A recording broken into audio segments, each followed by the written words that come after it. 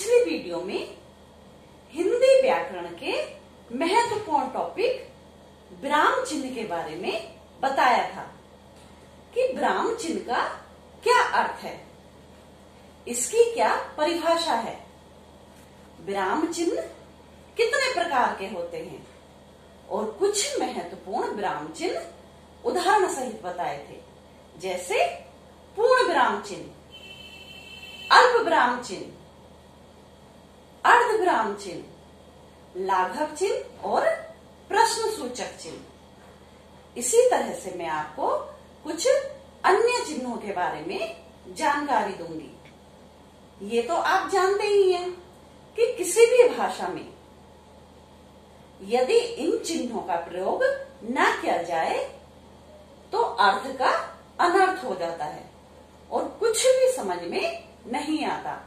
इसलिए इन चिन्हों का प्रयोग करना अति आवश्यक है। आज हम लेते हैं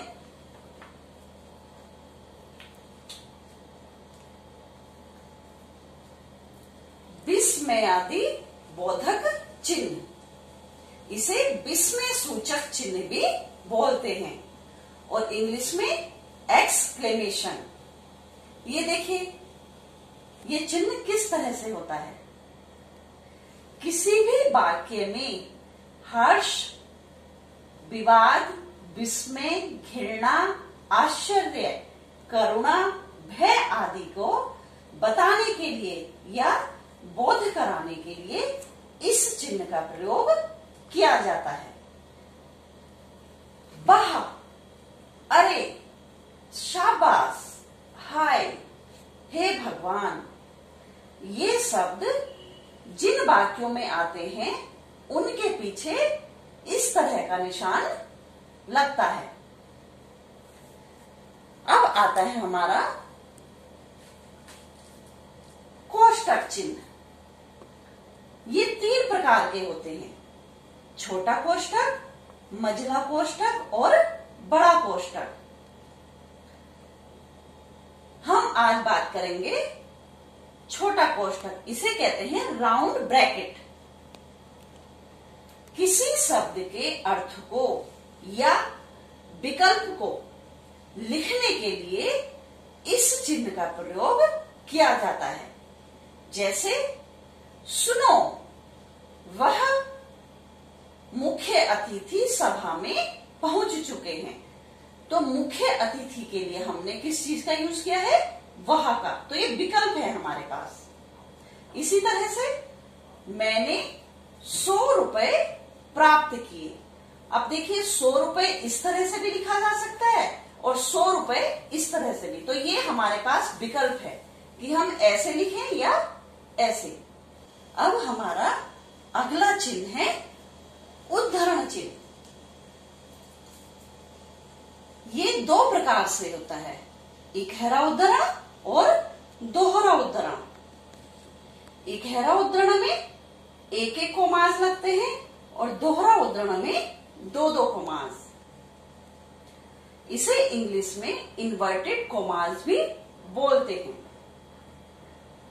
जब किसी के द्वारा कही गई बात को ज्यों का त्यों लिखते हैं तो इस चिन्ह का प्रयोग किया जाता है।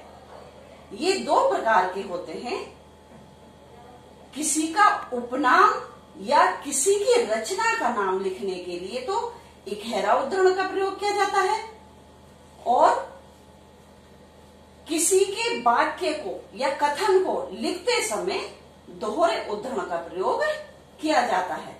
जैसे सूर्यकांत त्रिपाठी निराला, तो सूर्यकांत त्रिपाठी जी को निराला भी बोलते हैं, तो ये इकहरे उद्धरण का प्रयोग हुआ है। इसी प्रकार से तुम मुझे खून दो, मैं तुम्हें आजादी दूंगा, ये कथन किसका था? सुभाष चंद्र बोस जी का। तो ये हम इस कथन में हमने दोहरे उद्धरण का प्रयोग किया है। अब है बच्चों योजक चिन्ह। योजक चिन्ह का देखिए निशान कैसे लगता है और इसे इंग्लिश में हाइफन मार्क बोलते हैं। 2 शब्दों को जोड़ने के लिए इस चिन्ह का प्रयोग किया जाता है। अब देखिए कैसे। किसान रात दिन मेहनत करते हैं, तो रात और दिन दो शब्दों को जोड़ा गया है, तो हमारा योजक चिन्ह का प्रयोग हुआ है। इसी प्रकार से माता पिता, रात दिन, इन दो अलग अलग शब्दों को जोड़ने के लिए इस चिन्ह का प्रयोग किया है। अगला चिन्ह है रेखिका चिन्ह। अब रेखिका चिन्ह भी योजक चिन्ह की तरह से है, लेकिन थोड़ा सा अलग है। इसे इंग्लिश में डैश मार्क बोलते हैं। इस चिन्ह का प्रयोग वाक्य के अंत में दिए गए उदाहरणों से पहले होता है, या हम कह सकते हैं कि वाक्यों में किसी का कथन बताने के लिए इस चिन्ह का प्रयोग किया जाता है। जैसे संजय, सर क्या मैं अंदर आ सकता हूं? तो संजय जो है वो कह रहे हैं, बोल रहे हैं। मोहन, फिर डैश का निशान लगाया, मुझे कहाँ जाना है? ये भी पूछ रहे हैं, अपना कथन मतलब बोल रहे हैं। बच्चों ये तो थे चिन्ह। अब हम आपके लिए कुछ अभ्यास कार्य भी तैयार किया है, और अगर आपने पिछली वीडियो देखी होगी और आज की वीडियो को ढंग से देखोगे तो इस अभ्यास कार्य को करने में आपको आसानी रहेगी। इसमें है नीचे दिए गए विराम चिन्ह के आगे उचित चिन्ह लगाइए। जैसे पूर्ण विराम चिन्ह, तो पूर्ण विराम चिन्ह कैसे लगता है ये देखिए, इस तरह से।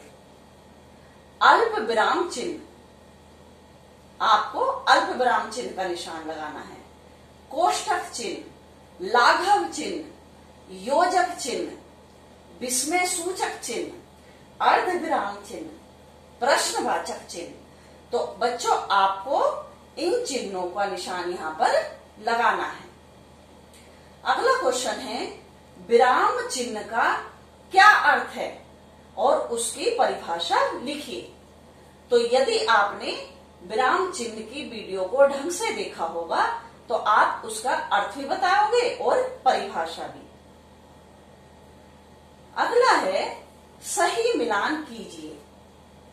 तो मैंने कुछ चिन्ह बनाए हैं और उनके नाम उनके आगे लिख दिए हैं, और उदाहरण के लिए मैंने उदाहरण चिन्ह को मिलाया है। इसी तरह से आप सही चिन्हों को एक दूसरे से मिलाइए नाम से। अगला है विराम चिन्ह के प्रकार। तो बच्चों मैंने आपको आसानी रहे इसलिए एक बार फिर से विराम चिन्हों के निशान बनाए हैं। जैसे पूर्ण विराम का ये निशान, अर्ध विराम का ये निशान, प्रश्नवाचक, उद्धरण, योजक, लाघव, अल्प विराम, रेखिका, विस्मय सूचक और कोष्ठक। तो ये जो भी आपको अभ्यास कार्य दिया गया है, तो इन चिन्हों को देखकर भी आप इसमें कार्य को पूरा कर सकते हैं। ये बच्चों हमारे लिए बहुत जरूरी है। यदि आपने इन चिन्हों को ठीक से लगाना सीख लिया या पहचानना सीख लिया, तो हिंदी व्याकरण के साथ साथ किसी भी व्याकरण में कभी भी आप गलत चिन्ह नहीं लगा सकते और आपको सारी चीजें आसानी से समझ में आ जाएंगी।